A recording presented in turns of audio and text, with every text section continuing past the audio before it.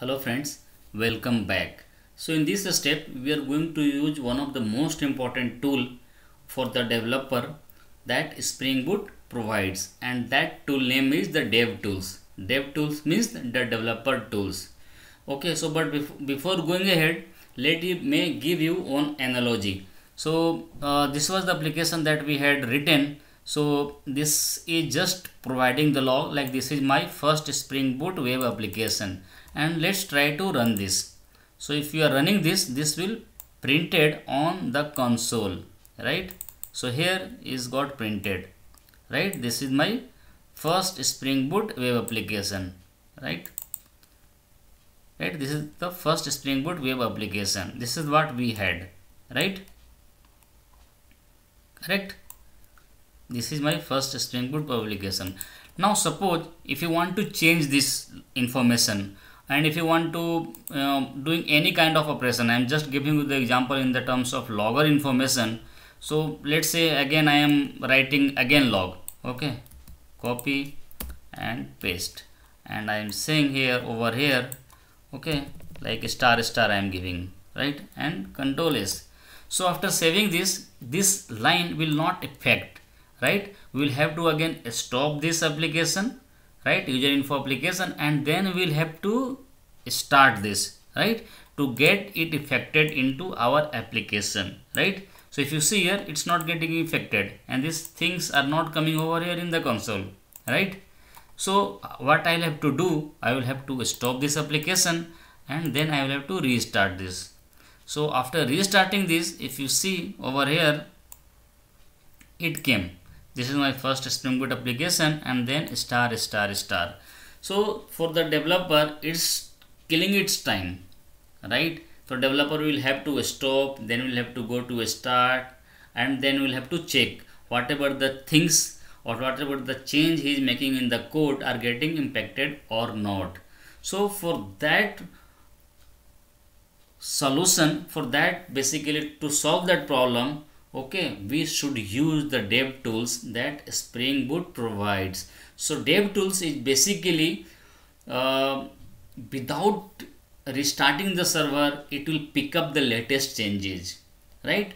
And internally basically it loads the things that you are making, those changes only it gets loaded, and for that only it interprets, right? It's not going to interpret whole.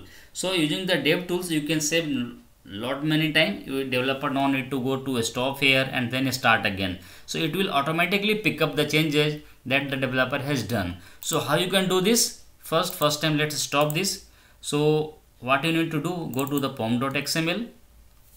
You will have to add the dependency, right?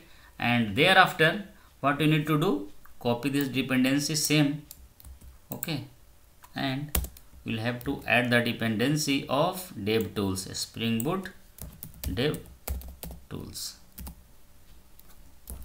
control S, right? So first time the DevTools will the dependency will get downloaded over, okay, so it's a building, downloading the source and all, yeah, so it's downloaded, right? So now let's run this application, okay.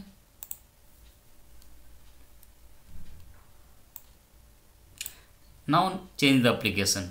So suppose here I want to write a second line of log, okay, and then star, and as soon as I will save this, currently it's unsaved, as soon as I will save this, Spring Boot will pick up these changes without developer intervention, without developer without developer taking into consideration. It will think the developer has made a changes, so these changes needs to pick up and to compile and all in the background. So developer no need to go here and stop and restart. So let's see, I am just saving, control S.